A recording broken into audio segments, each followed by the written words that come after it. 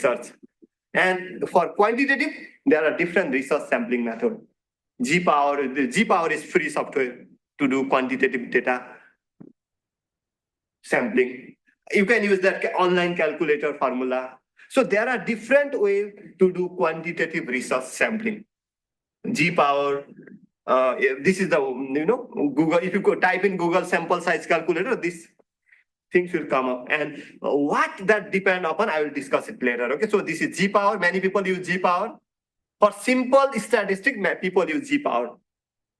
They can use those sample size calculator. But if you are using quantitative complex model, like structural equation modeling or mediation, moderated mediation or mediated moderation, in that case, you might need to go with more complex sample size calculator. Like if you are using structural equation modeling, there is the same power to calculate the sample size. Similarly, if you are using moderated mediation, there are other techniques. Even G-Power could conduct, or some sort of simulation technique could be used. Simulated technique could be used for power calculation and sample size calculation. And the important thing is, there are many rule of thumb technique.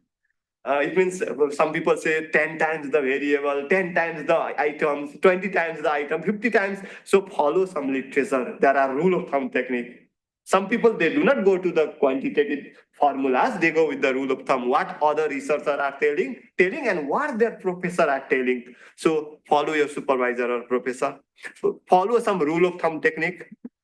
How many numbers they say, how many times they say.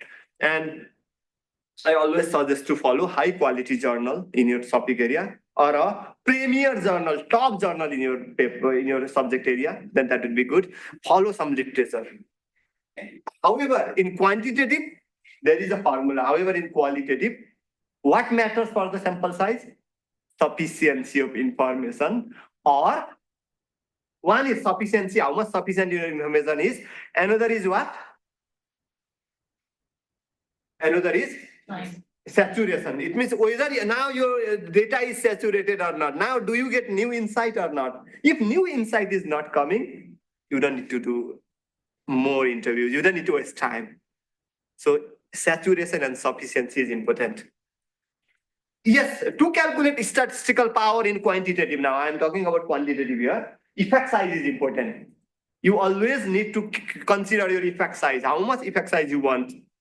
Why? How much sample size you want for your statistical power? Your sample size is important. Your alpha level of significance, your confidence limit or level of significance, how much alpha you want, 0.05, 0.01, that is important. And your alpha and beta value, it might be type 1 error, type 2 error, how much you want on those values. If you want power of 0.80, then beta is equals to 0.2. It means 1 minus beta is always equal to the power. So if you want 0.80 power, you wanted to use beta value of 0.20. However, alpha can be how much significance you want. 0.05 level of significance, 0.01, or how much significance you want. So this 4 things will affect your statistical power. Yes, statistical significance is always important. If you have to deal with the quantitative, significance is always important. What does 95% significance mean? It means 95% time you hold true. Or 95% time your observation is true. That is 95% significance, or how much, or you can say it 0.05% level of significance, or 95% time if you are true, mean that is 0.05% significant. If your answer is 99% time true, means that is 0.01 significance level. And what is 0.001 significance level? It means 99.9% you are true. That is your level of significance. So level of significance, how much you want. If you increase your level of significance, or if you come from 95 to 90, your sample size will reduce a lot.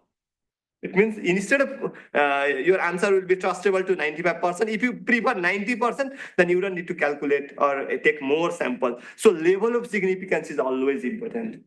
How much level of significance, how much truth you want to bring in your finding. That is the truth you wanted to bring. And statistical significance and sample size, it always varies upon the sample size. How much sample size you have, statistical significance differs, or sample size depend upon statistical significance you want.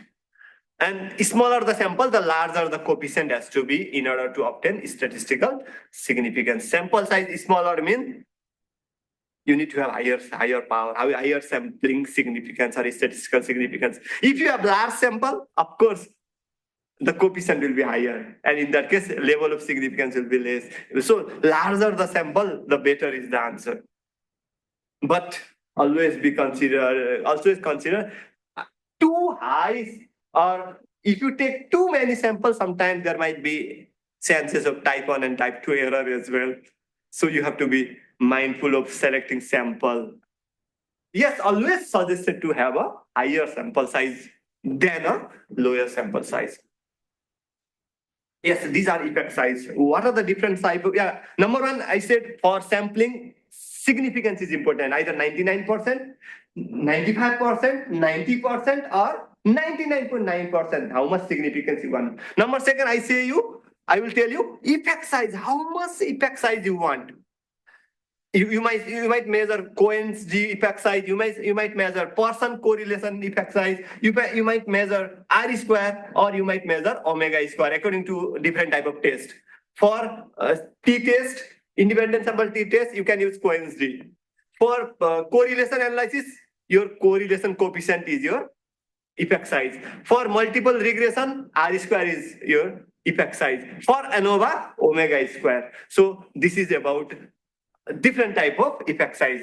Cohen's d, less than 0.2 mean that is weak, modest, or how much modest, how much strong. In case of correlation, how much value we want. So all those. And in case of a partial eta square, how much effect size you want. All those will affect your sample size. Now, how to enhance your statistical power?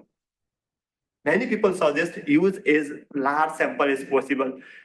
Better to have a large sample than a small sample size. But it depends upon your time. We already discussed, it depends on your time, money, resources you have. So try to have a large sample. Try to have a larger effect size. Larger effect size means your answer will be more effective. Level of significance, how much you want level of significance. It's better to have 99.9%, but it's not easy to bring 99.9% significant. So at least many researchers, they do up to 95% level of significance, or 0.05 level of significance, or 95% confidence.